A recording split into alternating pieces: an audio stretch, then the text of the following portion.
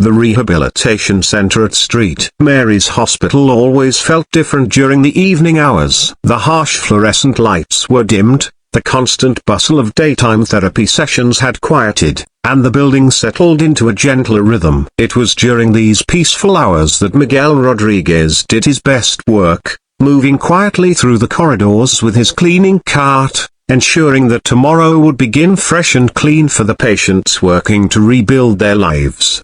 At 41, Miguel had been working the night shift at St. Mary's for almost 5 years. The job provided steady income and health insurance for himself and his 9-year-old daughter, Sofia. More importantly, it allowed him to be home during the day when Sofia returned from school, helping with homework and sharing dinner before she went to bed and he left for work.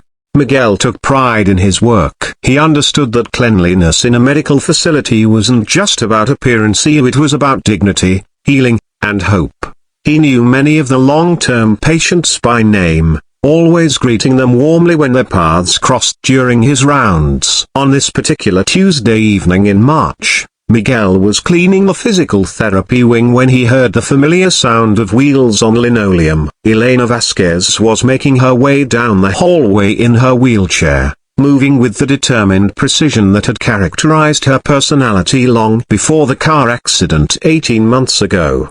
Elena had been a successful architect before the crash that left her paralyzed from the waist down. At 35, she had been building her dream career, designing innovative community spaces that brought people together. Now, she spent her days in physical therapy, learning to navigate a world that suddenly felt foreign and unwelcoming. "Good evening, Miss Elena," Miguel said warmly as she approached. "Working late again?" Elena paused, offering a tired smile. "The therapy rooms are quieter at night, easier to focus." She gestured toward the parallel bars where she had been practicing transfers. "Some days the progress feels so slow, I wonder if I'm fooling myself." Miguel had noticed Elena's dedication over the months. She arrived early, stayed late, and pushed herself harder than most patients. But he had also noticed the sadness that seemed to follow her like a shadow. The way she avoided the common areas where other patients gathered, the careful distance she maintained from forming connections.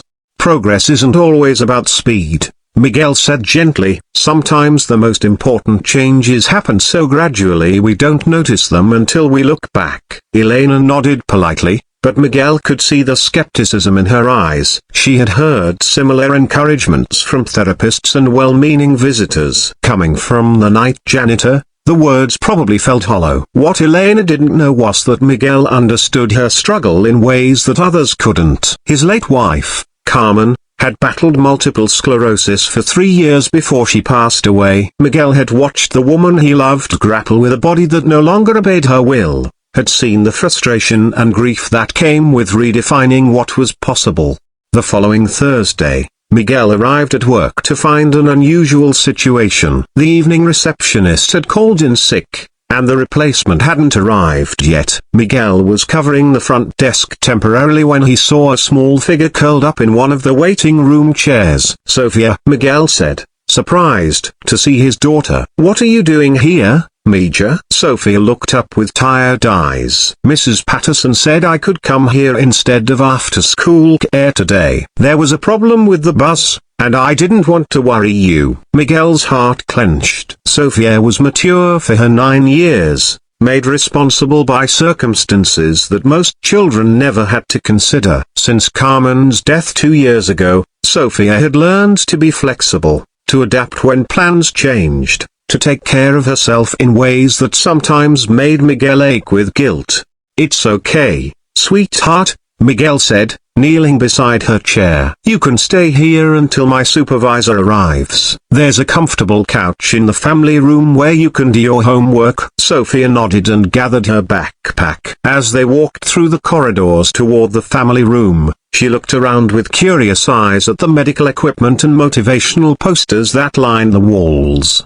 "Papa," Sofia said thoughtfully, "what do all these people do here?" Miguel explained that the rehabilitation center helped people learn to live with injuries or illnesses that had changed their bodies. Some people came for a few weeks, others for many months, all working to regain strength and independence. As they passed the physical therapy wing, Sofia noticed Elena practicing her transfers at the parallel bars. Elena moved with intense concentration, sweat beading on her forehead as she worked to lift herself from her wheelchair to the exercise mat.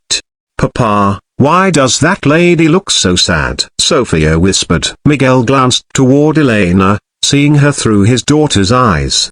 Despite Elena's determination and progress, there was indeed a profound sadness that surrounded her like a heavy coat. Sometimes when people's lives change in big ways, it takes time to find happiness again, Miguel explained quietly. "She's working very hard to get stronger, but some hurts take longer to heal than others." Sofia watched Elena for a few more moments, her young mind processing what she was seeing. Then, with the impulsive kindness that children possess, she walked over to where Elena was resting between exercises. "Excuse me," Sofia said politely. Elena looked down, surprised to see a child in the therapy wing. Miguel started to call Sofia back, not wanting to interrupt Elena's session, but something in the scene made him pause. "Hi there," Elena said, curiosity replacing the exhaustion in her voice. "I'm Elena." "What's your name?" "I'm Sofia. My papa works here." Sofia gestured toward Miguel,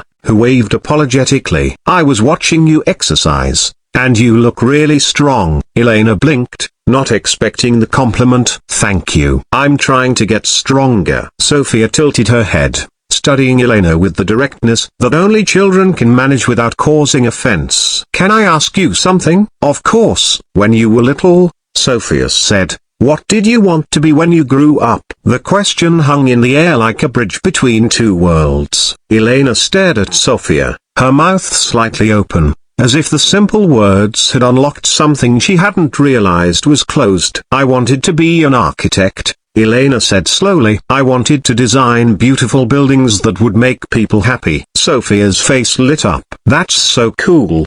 Did you get to do that?" "Yes," Elena said, her voice growing stronger. "Yes, I did. I designed parks and community centers, places where families could spend time together." "That's amazing," Sofia said with genuine enthusiasm. "You made places for families like me and Papa." "That must have felt really good." Elena felt something shift inside her chest, a loosening of a knot she hadn't realized was there. For 18 months, she had defined herself by what she had lost: her mobility, her independence, her old life. But this child was asking about what she had gained, what she had accomplished, who she had been and could still be. "It did feel good," Elena admitted. "It felt wonderful." Sofia smiled brightly. "Papa says that when people have talents, they don't disappear just because things change. He says talents grow in different ways, like flowers that find new places to bloom." Miguel felt his heart swell with pride and amazement at his daughter's wisdom. He had never said those exact words, but somehow Sofia had absorbed the essence of conversations they'd had about Carmen, about resilience, about finding purpose after loss.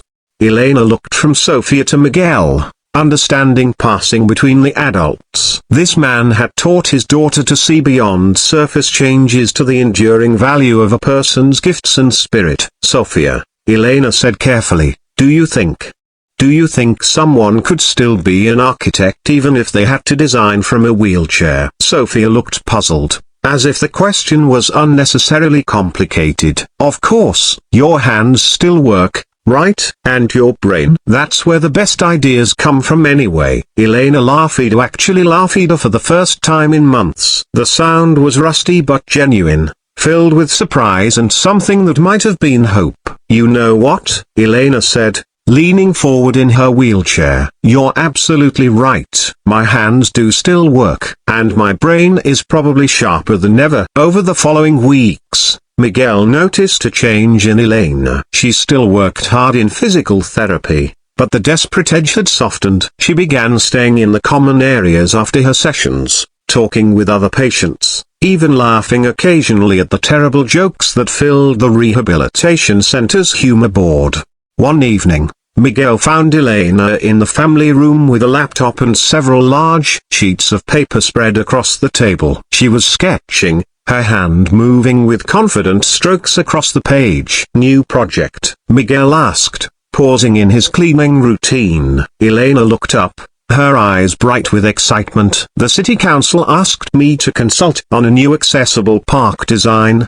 They want someone who understands both the technical requirements and the lived experience of disability." She gestured to her sketches. "It turns out there aren't many architects who have both perspectives." Miguel smiled, remembering Sofia's simple question and Elena's transformation. "That's wonderful. The park will be lucky to have your vision, Miguel," Elena said, setting down her pencil. "I need to thank you and Sofia. That night when she asked me about my childhood dreams, I realized I had been mourning my old life so completely that I forgot I still had a life to live." Miguel nodded understanding. "Children see things clearly sometimes. They don't always know why something is complicated, so they ask the simple questions that matter most." Elena gathered her sketches, preparing to head home. "I've been thinking about what Sofia said, about talents finding new places to bloom. I think she's right. I think I'm becoming a better architect now than I was before. Not in spite of my wheelchair, but because of everything I've learned from it." As Elena left that evening, Miguel reflected on the unexpected ways that healing occurs. His daughter's innocent curiosity had asked the one question that Elena needed to hear, had reminded her that identity isn't erased by physical change, that purpose can be transformed rather than lost. 6 months later, Miguel received an invitation to the groundbreaking ceremony for Harmony Park, designed by Elena Vasquez Architecture. The invitation included a special note, "For Sofia and Miguel Rodriguez, who reminded me that dreams don't disappear, they just find new ways to come true."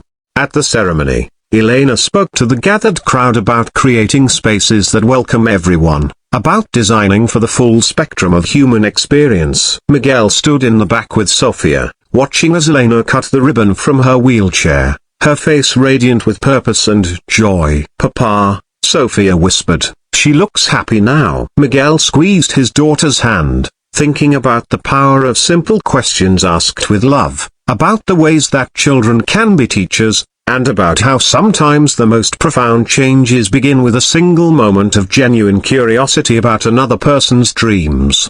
Elena's life had indeed never been the same after Sofia's question. But then again, neither had Sofia's understanding of her own ability to touch the world with kindness, nor Miguel's appreciation for the wisdom his young daughter carried within her generous heart.